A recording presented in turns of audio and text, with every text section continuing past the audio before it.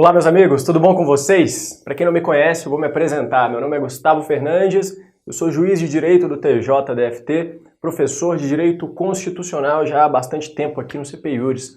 Para mim é um prazer muito grande gravar esse curso preparatório para a Defensoria Pública do Distrito Federal. Agora com o edital na praça, já sabemos que é a banca CESP. Quando me foi enviado o roteiro para essa gravação, ainda não tinha nem o edital ainda. Agora atualizado com o edital para servidor da Defensoria Pública, a gente consegue trabalhar até melhor. Se bem que não muda tanta coisa, né? Mas alguns pontos a gente adaptou. E teremos então 10 encontros de 30 minutos ou 5 encontros de 1 hora. Né? Não sei como o CPIURES acaba agilizando isso, eu gravo como se fosse 1 hora. E aí seriam então 5 encontros. No primeiro encontro, a gente vai falar sobre a Defensoria Pública na Constituição Federal, que obviamente é o tema mais importante para a prova. E nas próximas aulas a gente vai destacar outros temas relevantes. Parece, pelo que eu recebi, que vocês têm acesso ao curso de analista, o regular, né, aquele semestral, ou anual, extensivo, e eu tive a oportunidade de gravar também as aulas de Direito Constitucional desse curso. Se você quiser assistir as aulas de Direito Constitucional lá, que estão bem completas, você pode seguir, são 12 aulas lá, e aí a gente complementa aqui com a parte mais específica para a Defensoria Pública. Aqui eu vou tentar falar de coisas que eu não falei lá, algumas coisas não tem jeito, eu vou ter que repetir, porque são as mais importantes e nem todos vão querer ter o acesso a essas aulas regulares. Não é o propósito, isso é só um bônus, né? Aqui a gente vai trabalhar para todo mundo como se não existisse aquele curso. Beleza? Vocês têm os canais de comunicação do curso CPIURES, peço que qualquer tipo de dúvida mande para o curso. Por quê? Porque tem uma monitoria especializada para te responder no mesmo dia, no dia seguinte. E caso eles não saibam a resposta, ou seja uma pergunta que tem a ver com a aula, e aí eles não querem eles mesmos responder, querem passar para o professor, até por uma questão de ética, aí eles vão me passar e eu também respondo com velocidade. Agora, se mandarem as dúvidas todas para mim direto, eu não consigo responder, porque é muita coisa, eu vejo lá, às vezes no direct, deixo para responder depois, acabo esquecendo, então é complicado. Agora, se for questão que não é dúvida do curso, outras questões de estudo, aí é lá no Instagram, Gustavo_Fernandes_Salles, e o e-mail gustavo.fernandes@tjdft.jus.br. Beleza, meus amigos? Então vamos lá. Defensoria Pública. A Constituição Federal de 1988 cria a Defensoria Pública no âmbito brasileiro.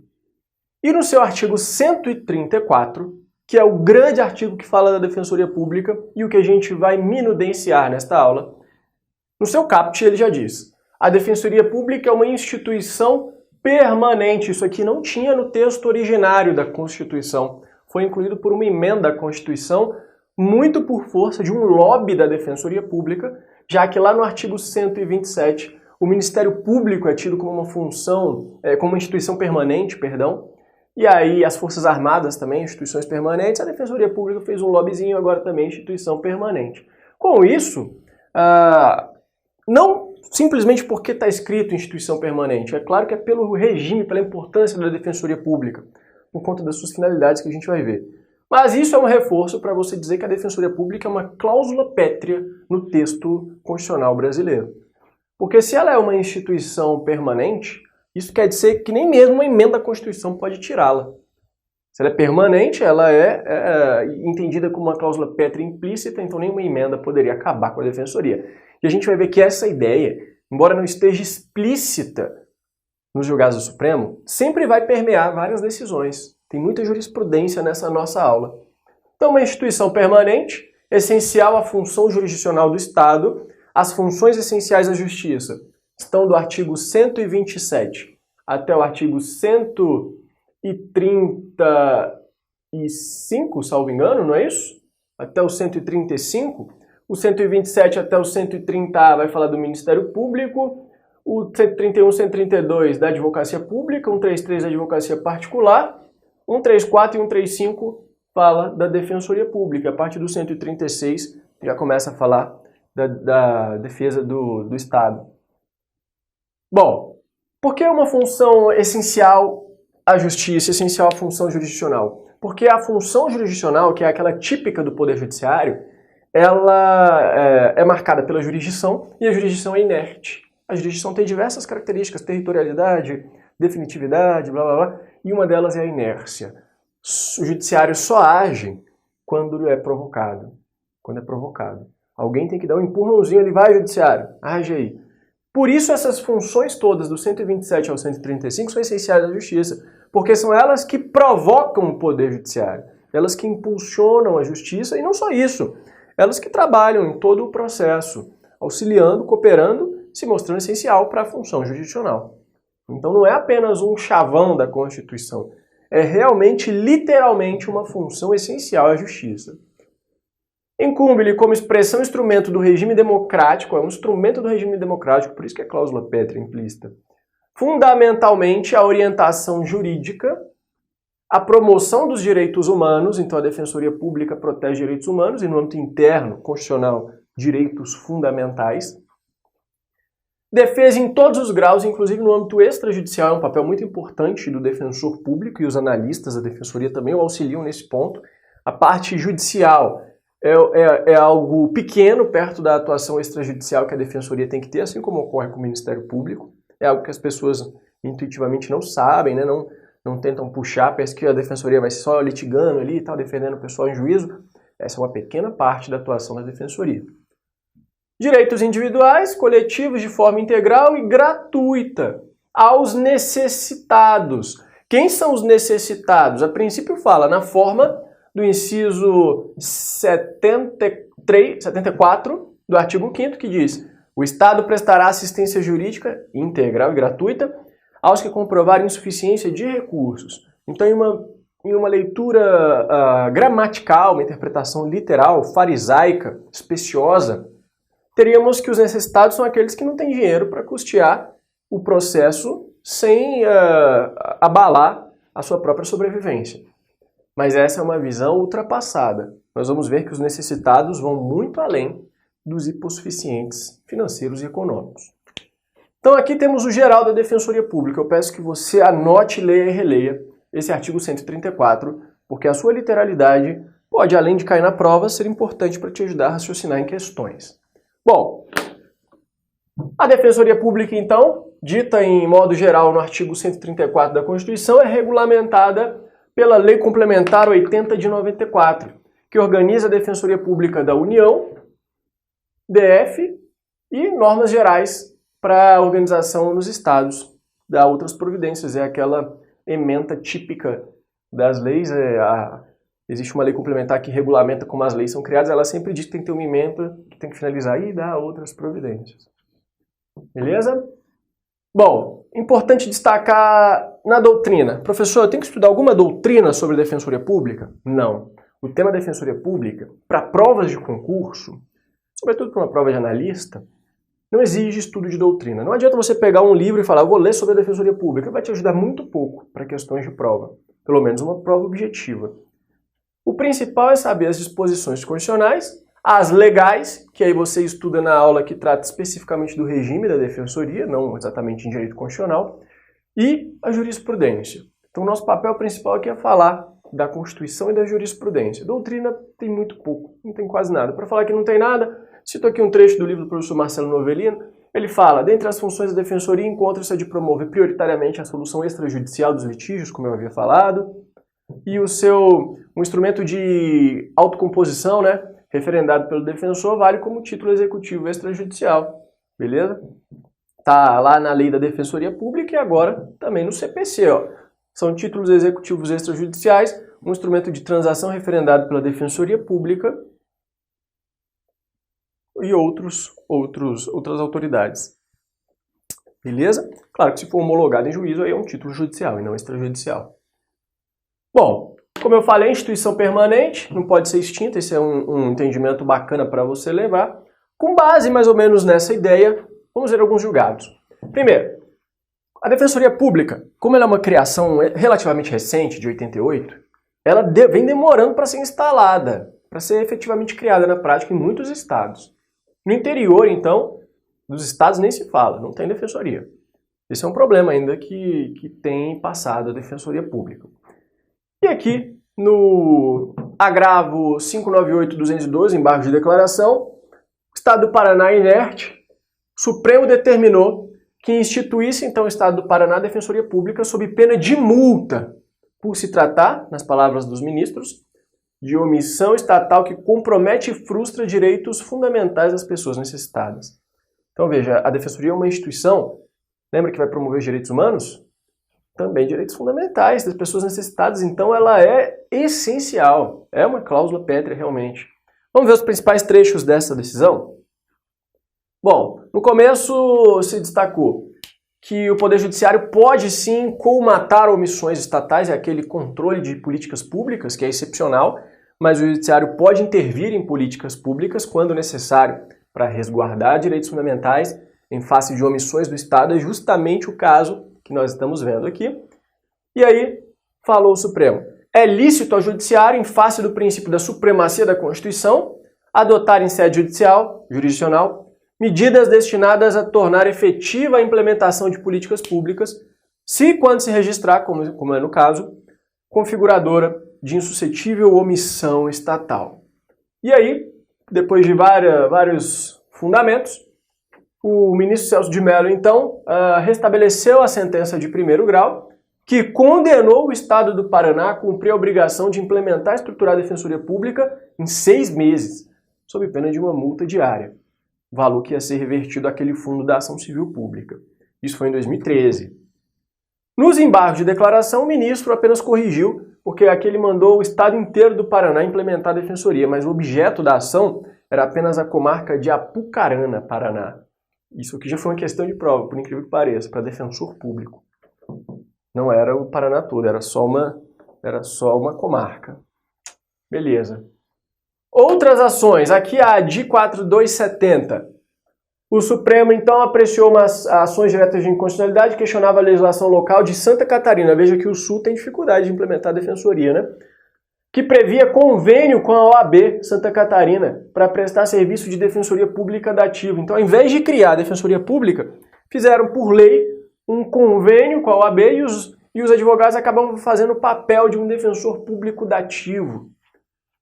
O Supremo falou a inexistência de órgão estatal, né, de defensoria, né, destinado à orientação jurídica e defesa dos necessitados, configurava um ataque à dignidade do ser humano. Olha que o princípio da dignidade que é usado para tudo, mas aqui ele realmente tem razão de ser, porque ele está ligado a direitos fundamentais, né, que com uma construção doutrinária passaram a ser extraídos da dignidade da pessoa humana. Não era assim no começo do raciocínio, mas evoluiu para esse ponto. E julgou procedente a ADI, então, para declarar a inconstitucionalidade da Constituição de Santa Catarina e da lei complementar que previam essa situação e admitir a continuidade desses serviços dativos por 1 ano no máximo, da data do julgamento, ao fim do qual, palavras do julgado, entre aspas, deverá estar em funcionamento a Defensoria Pública estruturada de acordo com a CF 88 e com a Lei Complementar de Regência, a Lei Complementar 80 de 94. Então deu 1 ano para os caras pararem com isso.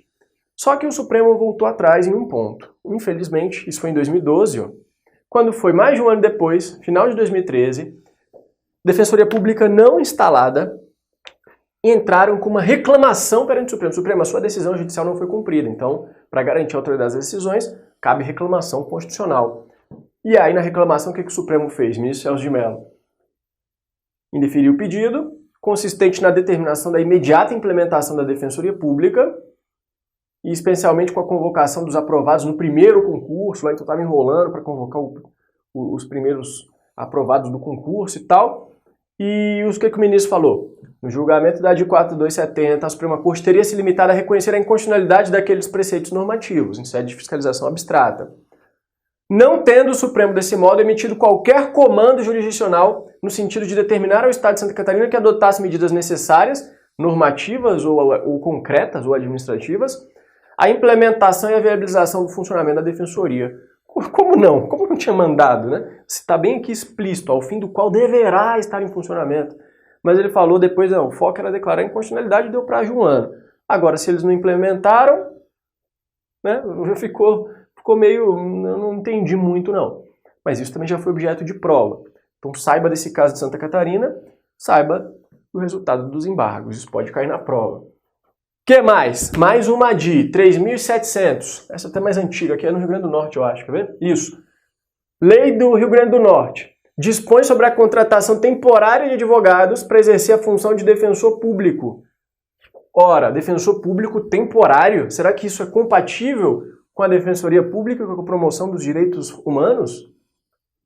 Bom, e aí o Supremo falou então. A defensoria se revela como instrumento de democratização do acesso às instâncias judiciárias para efetivar o artigo 5º, para desempenhar com exclusividade o mistério estatal, essencial à jurisdição, a defensoria não convive com a possibilidade de que seus agentes sejam recrutados em caráter precário. Então, não se admite que a lei preveja contratação temporária para defensor público. Não se admite. A Constituição, lá no artigo 37, inciso 9, salvo engano, ela admite contratação temporária de servidores, nos termos da lei e nos termos dos requisitos constitucionais, mas isso de modo algum se compatibiliza com a defensoria pública, por conta da sua função. Beleza, então esses são os principais julgados dessa introdução. O que é a defensoria pública, onde ela está na Constituição, quais são suas características principais e a consequência ou as consequências de ela ser tão importante, essencial à função jurisdicional e uma instituição permanente. Aqui já tem algumas questões de prova. Agora a questão dos necessitados que eu fiquei devendo para vocês. Não são apenas os necessitados financeiros, também os necessitados jurídicos. Quem são eles? Tanto o Supremo quanto o STJ são tranquilos nesse ponto. Vamos ver. Primeiro, a DI 3022, essa é antiga, de vez em quando ainda cai em prova, até hoje esse entendimento. A assistência jurídica prestada pela Defensoria Pública é restrita aos que não possuem recursos suficientes, não podendo ser a atribuição estendida a servidores públicos. Então, se cair na prova, uma lei atribui à Defensoria Pública a função de defender servidores públicos? Não pode, inconstitucional. Porque servidor público, ainda que ele não ganhe muito, né, se for dependendo do caso, ele não pode ser defendido pela Defensoria Pública, porque ela pressupõe alguém que não tem condições financeiras. Esse é o entendimento tradicional, né? A gente vai ver a evolução disso aí. Isso pode cair na prova. No informativo 573 do STJ, destacou-se que a Defensoria Pública pode propor ação civil pública. Essa era uma polêmica. Foi incluída na lei da ação civil pública, em um dos incisos lá do artigo 5º, a Defensoria como legitimada a propor a ACP. Muita gente se insurgiu quanto a isso, principalmente o Ministério Público. Entendeu que haveria ali uma superposição, né, de funções. A Defensoria tentando roubar a função do Ministério Público, e a disputa por poder entre os órgãos estatais ela sempre foi muito grande. Um querendo passar a perna no outro. E aí, o STJ e o Supremo falaram, não tem nada a ver com nada a ver, a Defensoria Pública pode sim atuar em ação civil pública nos termos da legislação, isso é constitucional. No caso aqui, interesses individuais homogêneos de consumidores idosos que tiveram um plano de saúde reajustado em razão da mudança da faixa etária, ainda que os titulares não sejam carentes de recursos econômicos. Então aqui, nesse caso de ação coletiva, vários consumidores idosos tiveram problemas com o reajuste do plano de saúde. Muitos deles não eram carentes econômicos. E a Defensoria Pública pode atuar? Pode. Por quê? A Defensoria também exerce atividades de auxílio aos necessitados jurídicos, os quais não são necessariamente carentes de recursos econômicos. Já tinha sido assentado antes, a expressão necessitados, que qualifica e orienta a atuação da Defensoria Pública, deve ser entendida no campo da ACP, de modo a incluir, além dos estritamente carentes de recursos financeiros, os hipervulneráveis, os socialmente estigmatizados, excluídos, crianças, idosos, gerações futuras, todos aqueles que por conta da sua classe ou como indivíduo, por conta da sua real debilidade perante abusos ou arbítrios dos detentores do poder econômico ou político, necessitem da mão solidarista e benevolente. Deu uma filosofada aqui a ministra, né, Laurita Vaz, filosofou aqui para dizer que a Defensoria pode, então, atuar nesses casos. A CP, como eu falei, ausência de prejuízo ao Ministério Público pelo reconhecimento da legitimidade da Defensoria, a de 3943, aqui também é bem batido, está lá no artigo 5º, inciso 2 da lei da ACP, que foi alterada em 2007 para incluir a Defensoria Pública. E aqui, mais uma vez, para ficar bem claro, coloque tudo isso no seu material e revise antes da prova, que isso é potencial tema de prova. Quando se pensa em assistência judiciária, logo se pensa nos economicamente fracos, não é isso? Os minushabentes. E esse é o aspecto mais importante da defensoria, diz a jurisprudência. O mais premente, mas não o único. Isso porque existem casos em que são necessitados do ponto de vista organizacional. E essa é a frase que eu quero que você anote no seu material, essa aqui que está sublinhada. Todos aqueles que são socialmente vulneráveis, consumidores, usuários de serviço público, usuários de plano de saúde, os que queiram contestar ou implementar políticas públicas, todos eles são necessitados do ponto de vista organizacional e podem ser defendidos coletivamente pela Defensoria Pública.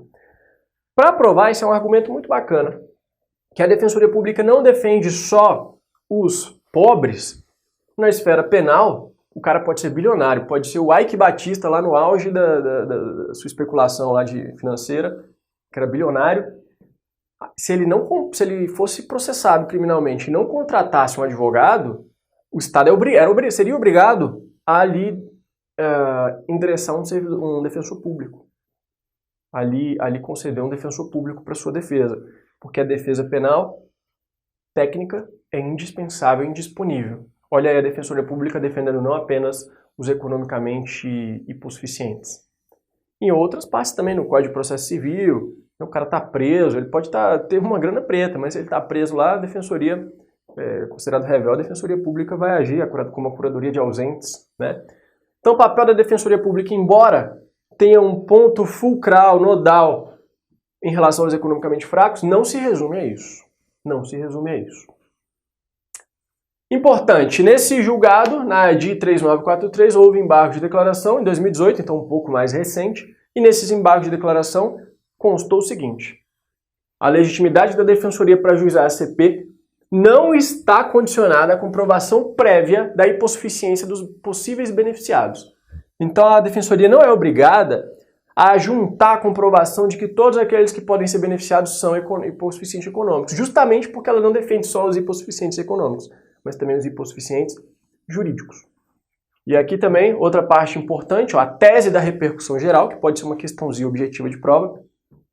A Defensoria Pública tem legitimidade para propor a CP em ordem a promover a tutela judicial de direitos difusos e coletivos de que sejam titulares, em tese, pessoas necessitadas.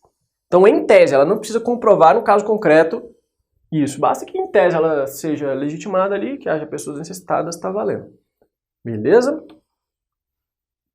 Vamos ver como isso foi cobrado em prova. Vou trazer 3 questões da banca CESP, só para vocês verem mais ou menos. Ó. Tudo para a Defensoria, se bem que Procurador do Estado, né? A legitimidade da Defensoria abrange diversas formas de vulnerabilidades sociais, não se limitando à atuação em nome de carente de recursos econômicos? Certo. Na hipótese de tutela de direitos individuais homogêneos, a Defensoria somente pode atuar em nome dos indivíduos que expresse previamente autorizar a propositura da CP? Não precisa. Segundo a jurisprudência do STJ, a legitimidade para a Defensoria propor a CP se restringe às hipóteses em que haja proteção de interesse e de hipossuficientes econômicos? Então vai ser, provavelmente uma questão de prova vai vir nessa linha aqui, não tem como errar mais. Beleza? Sigamos. Bom, novidade. A Defensoria Pública, durante um tempo, ela conseguia intervir em algumas ações lá no STJ, no Supremo, na condição de amicus curiae, amigo da corte. O que é o amigo da corte? É aquele que pode esclarecer alguma questão fática, esclarecer alguma coisa, dar o seu ponto de vista, em razão da sua adequada representatividade, mas que tinha limitações, né? O relator que confere os poderes do amicus curiae. E para recorrer, por exemplo, o próprio CPC, artigo 138, parágrafo 1º, só permite para recorrer lá no IRDR e opor embargo de declaração. Então fica meio que limitado aos embargos de declaração. E aí uma tese que foi se desenvolvendo da Defensoria Pública como custos vulnerabilis.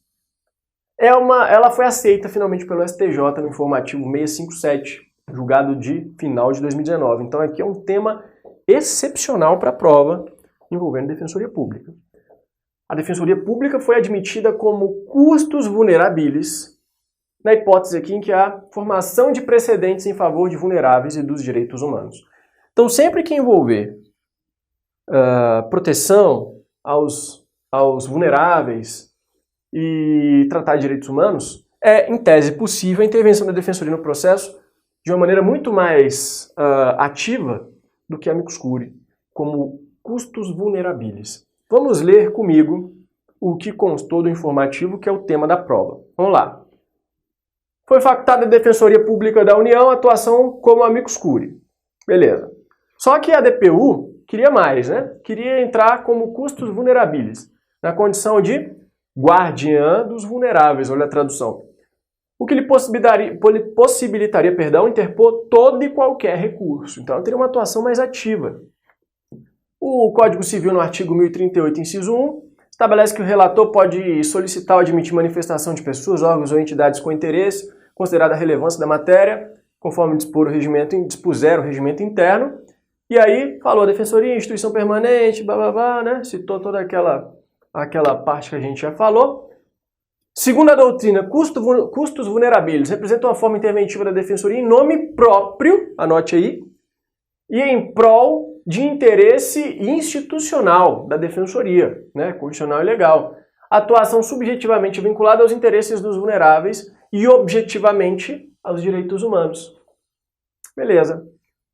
A doutrina ainda diz, a Defensoria, com fundamento no 134 e no seu intento de assegurar a promoção de direitos humanos, deve, sempre que o interesse jurídico justificar a oitiva do seu posicionamento institucional, atuar nos feitos em que se discutem direitos e interesses tanto individuais quanto coletivos, blá blá blá blá blá blá blá blá blá. E aqui no caso era uma tese de recurso especial repetitivo que poderia afetar outras pessoas, então se admitiu como custos vulnerabilis à Defensoria Pública da União. Então anote essa possibilidade admitida pelo STJ. Pessoal, acho que ainda dá tempo de começar aqui. Quando dá 30 minutos, não sei se vocês sabem, a câmera corta automaticamente. E aí, para evitar um corte brusco, eu sempre fico de olho aqui no relógio. Quando está chegando perto, a gente encerra o bloco e começa o próximo. Mas ainda tem mais 2 minutinhos, vamos continuar. Terceiro tópico da nossa aula, autonomia funcional, administrativa e orçamentária. Bom, aqui é muito tranquilo. Basta você saber que o parágrafo 2º e o parágrafo 3º do artigo 134, eles asseguram a autonomia da Defensoria Pública. Olha só, as defensorias estaduais, e o parágrafo 3º vai estender o parágrafo 2º às defensorias públicas da União e do DF, que não ficaram expressamente aqui no parágrafo 2º, mas já se entendia que também era aplicável. A todas elas, são asseguradas autonomia funcional e administrativa. E também autonomia orçamentária, né? A iniciativa da sua proposta dentro dos limites da LDO. E subordinação 99, parágrafo 2º. Então é a própria defensoria quem vai enviar a proposta orçamentária para o chefe do executivo para ele consolidar e mandar para o legislativo. É o legislativo que vota o orçamento, aumentando, diminuindo e tal.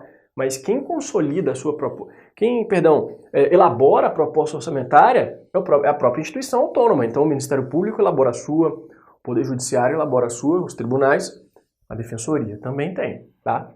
Isso aqui é importante para questões de prova. A autonomia administrativa é a própria Defensoria Pública, por meio do seu chefe, o Defensor Público Geral, que vai conceder férias a seus servidores, a Defensoria que vai elaborar seu regimento interno, que vai eleger seus órgãos diretivos, é autonomia orgânico-administrativa. E funcional também, é óbvio, ela atua com independência. A Defensoria não é subordinada ao posicionamento do Executivo, do governador, de quem quer que seja, do juiz, não. Ela atua com a sua independência funcional. Beleza? O STF já declarou que essa norma da autonomia é de eficácia plena e aplicabilidade imediata, já que a Defensoria Pública é um instrumento de efetivação dos direitos humanos. Então, independentemente de qualquer coisa que estiver na lei, se aplica imediatamente, de maneira plena, integral, a autonomia da Defensoria Pública. A gente já vai destacar quais as consequências disso. Como eu falei, eu vou encerrar aqui o bloco e a gente já volta. Voltamos, pessoal! Então, as consequências da autonomia da Defensoria Pública. Vários julgados, vamos ler rapidamente aqui comigo. A DI 3965. É inconstitucional a lei que estabelece a vinculação da Defensoria à Secretaria de Estado ou ao governador, porque viola sua autonomia. A DI 4056. O Defensor Público Geral perderia a autonomia à medida que fosse equiparado a secretário de Estado, nesse caso. Então declarou inconstitucional a lei estadual que assim dispunha. Outro, a DI 2903, de 2005, antiga, né? É inconstitucional a lei, para ver que isso já é um entendimento de décadas.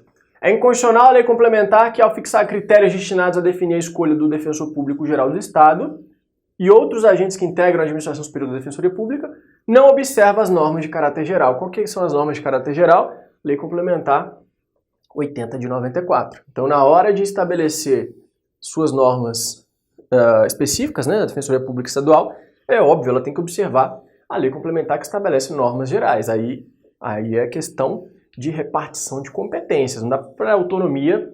Ah, a Defensoria Pública é autônoma, então ela faz tudo do jeito que ela quiser. Não, tem que respeitar os comandos constitucionais. Beleza? Isso não viola a autonomia, porque isso ocorre em todas as instituições. O Ministério Público, quando vai se organizar e se estruturar por lei, tem que observar as normas da Lei 8625 de 93, a lei do Ministério Público, das normas gerais do Ministério Público Nacional, né? Do Ministério Público Nacional, porque tem a Lei Complementar 75 de 93 que trata do Ministério Público da União. Aí é outra coisa. Então, beleza. O que mais? Defensor público local, por constituir cargo privativo de membro de carreira, não é efetivamente secretário de Estado, que a gente já viu. O que mais? A DI 4163 é inconstitucional toda norma que impõe à Defensoria Pública para prestação de serviço jurídico integral e gratuito aos necessitados a obrigatoriedade de assinatura de convênio exclusivo com a OAB ou com qualquer outra entidade, viola a autonomia. Então a lei exigir que a Defensoria Pública firme um convênio com a OAB ou com instituições de ensino, ou o que quer que seja, é inconstitucional. A Defensoria Pública ela vai fazer convênio se quiser, né? Dentro dos limites constitucionais. Essa obrigatoriedade viola a autonomia da Defensoria Pública. O que mais? A DI 5286, informativo 826. É inconstitucional a lei estadual que atribui ao chefe do Poder Executivo Estadual competências administrativas no âmbito da Defensoria Pública. Então, ó, isso aqui, qualquer uma dessas partes aqui pode ser questão. Então, viola o 134, parágrafo 2º, a lei estadual que dá atribuições ao governador para nomear o subdefensor público geral, corregedor geral, ouvidor da defensoria, que autoriza o afastamento de defensor público para estudos, é o governador que tem que fazer isso? Isso viola a autonomia, tem que ser o defensor público geral. Propor, por meio da lei de sua iniciativa, o subsídio dos membros da defensoria, isso pertence ao defensor público geral, todas essas competências. A DPF 307. Não é dado ao chefe do executivo, de forma unilateral, reduzir a proposta orçamentária da Defensoria Pública quando ela é compatível com a LDO.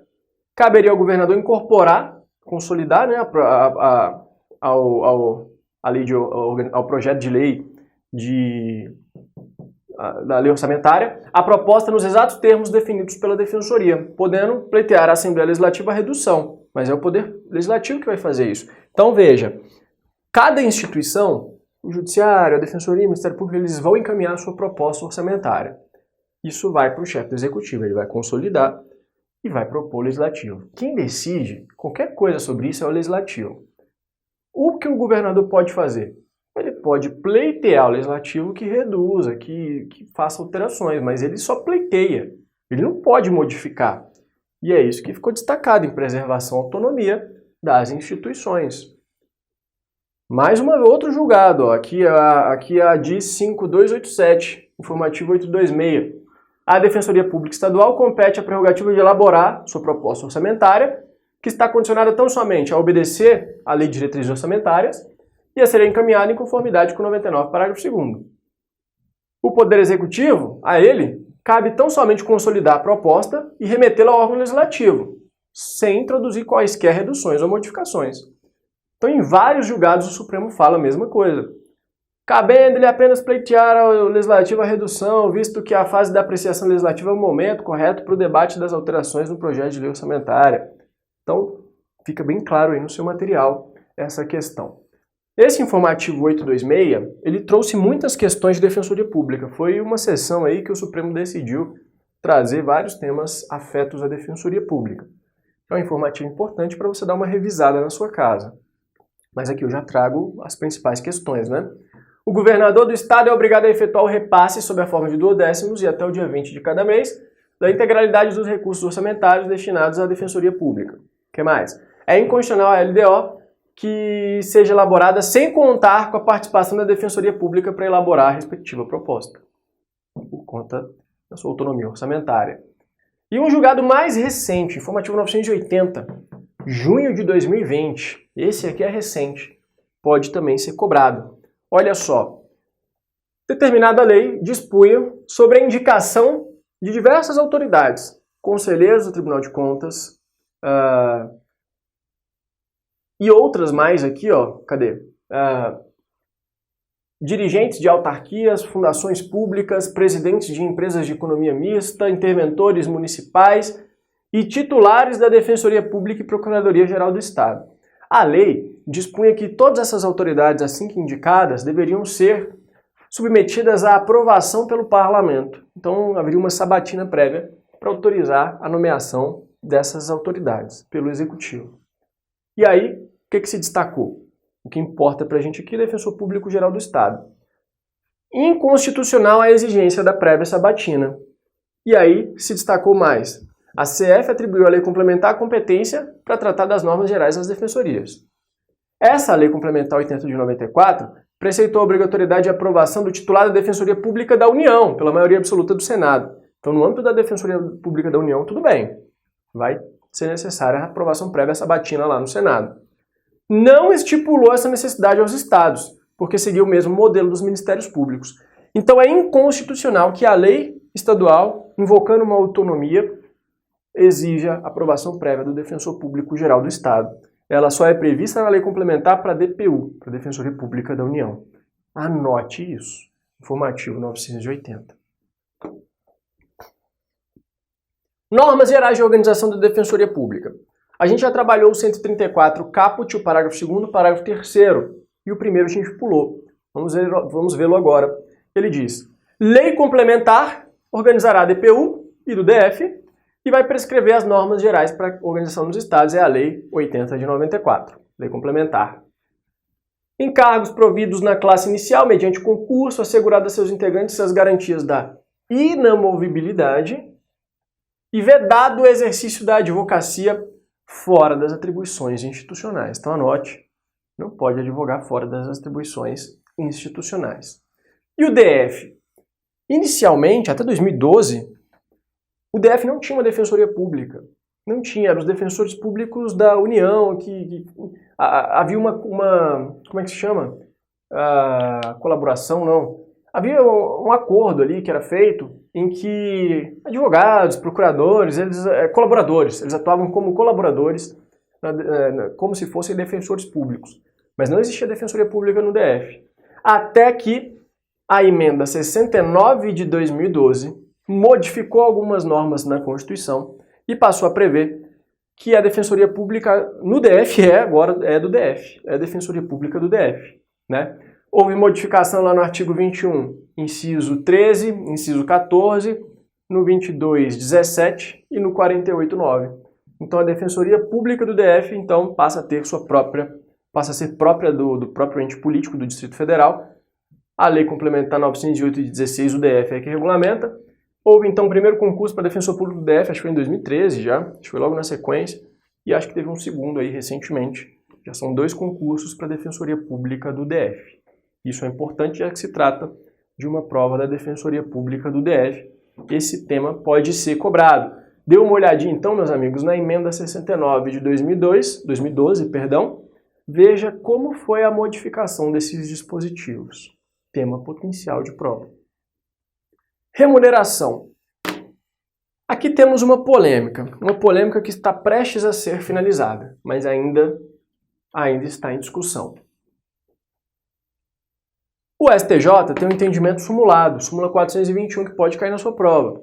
Se cair na questão, de acordo com o entendimento do STJ, os honorários advocatícios não são devidos à Defensoria Pública quando ela atua contra a pessoa jurídica de direito público a qual pertença. Então vamos supor que a Defensoria Pública do DF ajuize uma ação contra o próprio Distrito Federal, por conta de pedindo vaga no leito da UTI, ou fornecimento de algum medicamento, enfim. Nesse caso, a Defensoria Pública faz jus a honorários advocatícios? Segundo a súmula do STJ, não. Ela atua contra a própria pessoa jurídica, ela não faz jus. Agora, se ela atuar contra particulares, contra outras pessoas, aí ela faz jus aos honorários de sucumbência normalmente. Mas o que acontece?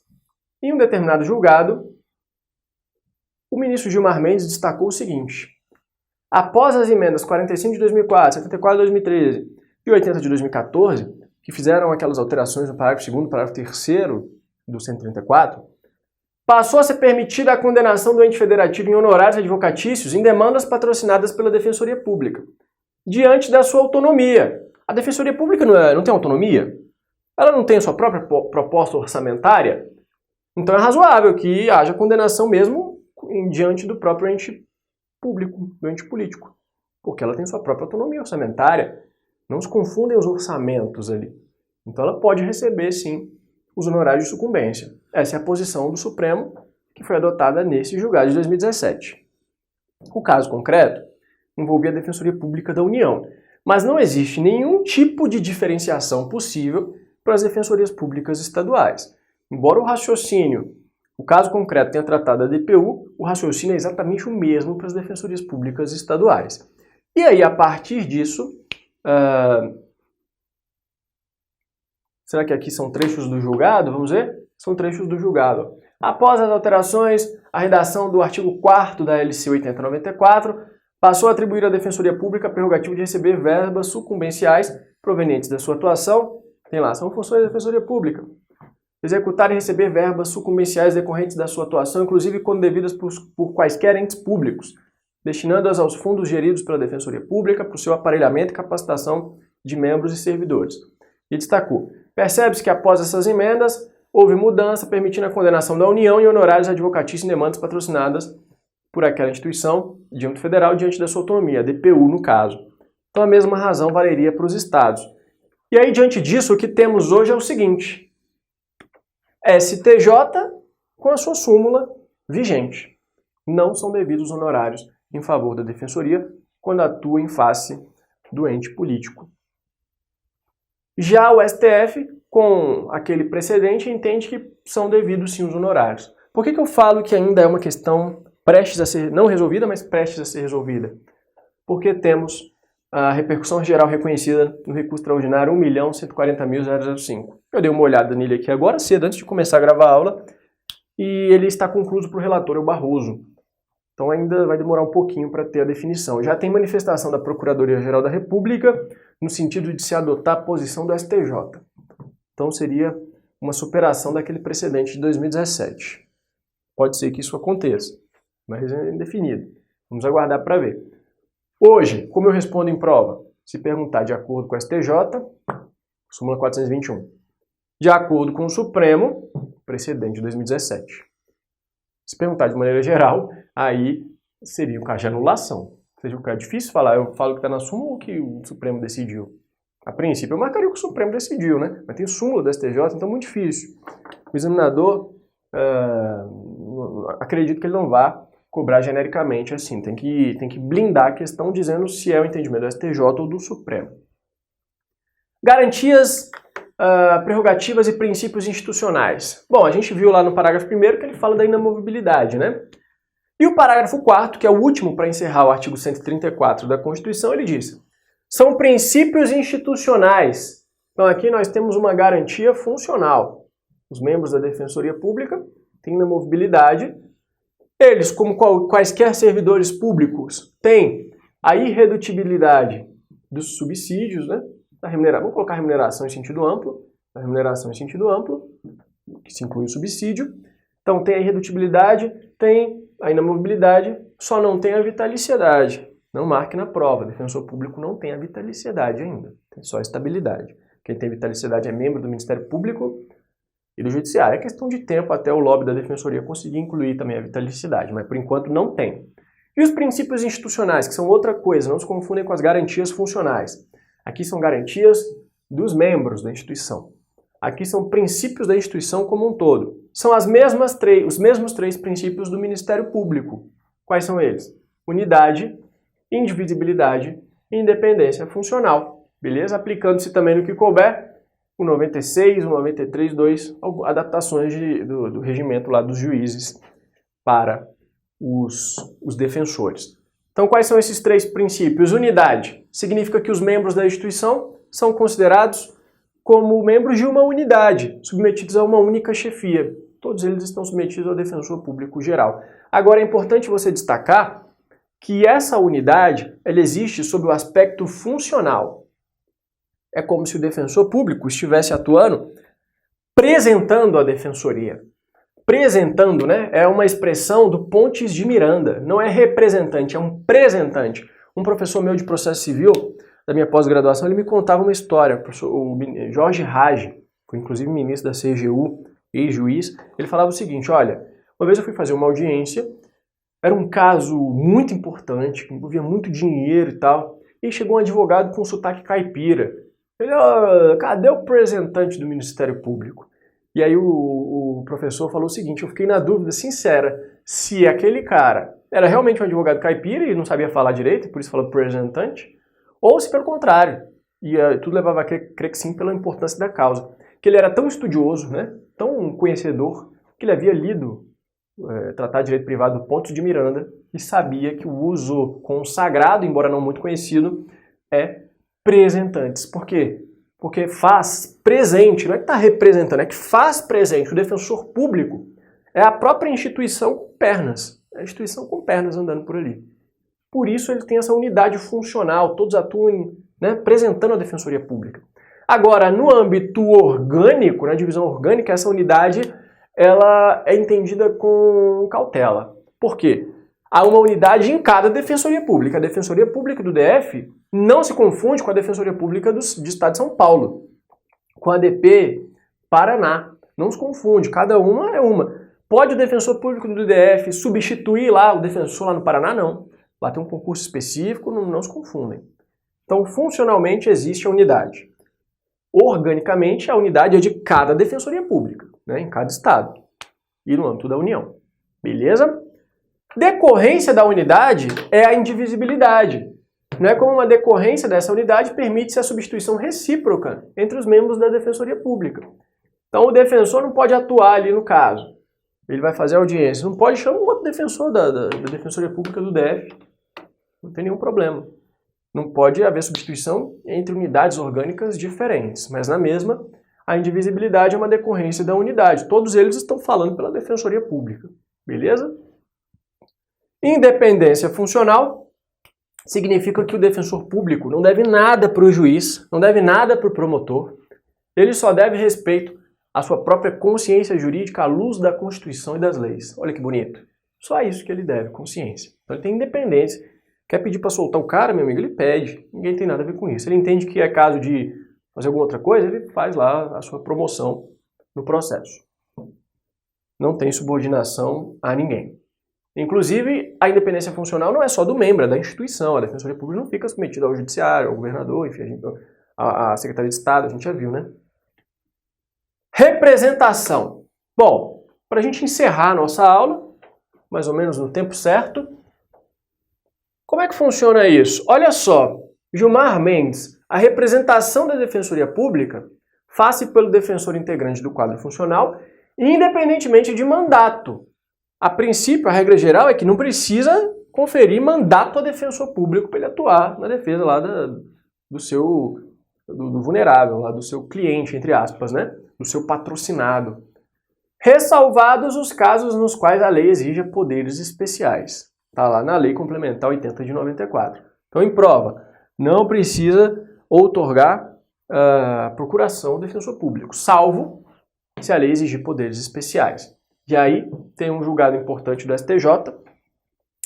É exigível procuração com poderes especiais para que seja oposta exceção de suspeição por réu representado pela Defensoria Pública, mesmo que ele esteja ausente do distrito da culpa. Então, para opor exceção de suspeição, a Defensoria Pública precisa dos poderes especiais, ainda que o réu esteja ausente, aí ela que se vira. Beleza? O que mais? Também é importante. STF diz que pode a Defensoria Pública Estadual e também a do DF atuar perante as cortes superiores, inclusive perante o STF, a Suprema Corte. Tá? E destacou, isso já é antigo, ó, desde 2000. A prestação da assistência judiciária perante o Supremo e os tribunais superiores não é atribuição privativa da DPU, não está excluída a atuação da Defensoria Estadual, que está condicionada, todavia, à previsão contida na lei estadual. Essa mesma discussão ocorreu em relação ao Ministério Público. O Ministério Público Estadual pode atuar lá no Supremo, Mas não é o MPF quem dá os pareceres e atua lá no Ministério Público? Pode, não tem problema nenhum. O MP do Estado, inclusive o MPDFT, podem atuar perante os tribunais superiores nas suas causas respectivas, né? A grande questão que tem no Ministério Público é em relação ao MPU, porque o MPU ele tem 4 ramos, né? O MP do Trabalho, Militar, Federal e do DF. Em relação a esses ramos, só o do DF realmente fica excluído do entendimento, fica equiparado, melhor dizendo, ao MP dos Estados, então ele também pode atuar perante as Cortes Superiores. Já o MP do Trabalho e o MPM, eles não podem, esses ficam limitados ao MP do Trabalho até o TST, por exemplo, e pode recorrer extraordinariamente. Mas quem vai atuar lá no recurso extraordinário tem que ser o PGR, que é o chefe do MPU, e ele pode delegar para subprocuradores da República lá do MPF. Então o MP do Trabalho e o MP Militar, eles têm uma certa limitação para atuar perante o STF. Mas isso a gente vê na aula de Ministério Público. Aqui para a Defensoria, todas as defensorias podem atuar normalmente perante as Cortes Superiores. E aí teve um problema que recentemente foi decidido de uma forma melhor do que essa que está aqui. Informativo 856 do STF.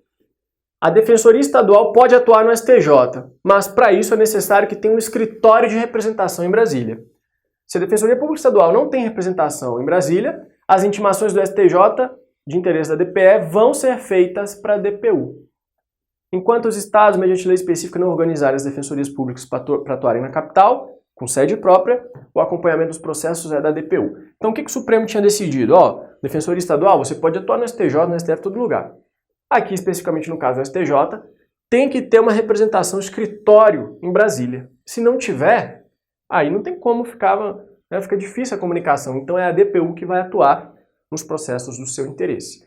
Mas veja, 2017, isso aqui vai meio que contra o processo eletrônico, né? Tem que ter sede aqui, se é tudo eletrônico hoje em dia, pelo menos aqui no DF. E aí, isso sempre foi uma dúvida minha. Quando eu explicava esse julgado aqui em aulas, eu falava, mas não é possível que tem que ter sede aqui. E o processo, e o PJE, o processo eletrônico. Até que, finalmente, então, o STJ destacou pela Corte Especial o seguinte: a Defensoria Pública da União deve acompanhar o julgamento dos recursos pelos defensores estaduais, ser intimada dos acórdãos, constituir exceção à hipótese em que a Defensoria Pública do Estado, mediante lei própria, mantém a representação em Brasília. Só que o tempo foi passando, né? E foi publicada a resolução do STJ lá de 2015, em que regulamentou a intimação eletrônica de órgãos públicos, que tem prerrogativa de intimação pessoal. Tem um portal de intimações eletrônicas lá no STJ, beleza? E aí, por conta disso, esse novo formato possibilita a atuação das defensorias públicas estaduais, não foi submetido à Corte Especial, mas demanda uma pronta resolução, sendo necessário firmar o entendimento, e aí firmou-se o que é importante aqui: existindo representação em Brasília, conforme a jurisprudência, ou viabilizada a intimação eletrônica das defensorias públicas dos estados, quando aderirem ao portal de intimações eletrônicas regulamentado em 2015, impõe-se o indeferimento dos requerimentos da DPU para assumir a defesa das pessoas assistidas pela DP estadual, julgado agora de 2020. Então veja, na prova, o que pode ser cobrado? Pode ser cobrado o entendimento tradicional, digamos assim, do STF, você marca correto. Agora, a questão pode aprofundar um pouco mais e falar em relação à intimação eletrônica e ao portal de intimações eletrônicas. Se tiver o acesso, a adesão, melhor dizendo, aí não vai precisar de ter sede mais em Brasília. Aí é desnecessário e a DP estadual vai atuar, e não mais sendo necessária a intervenção da DPU. Beleza?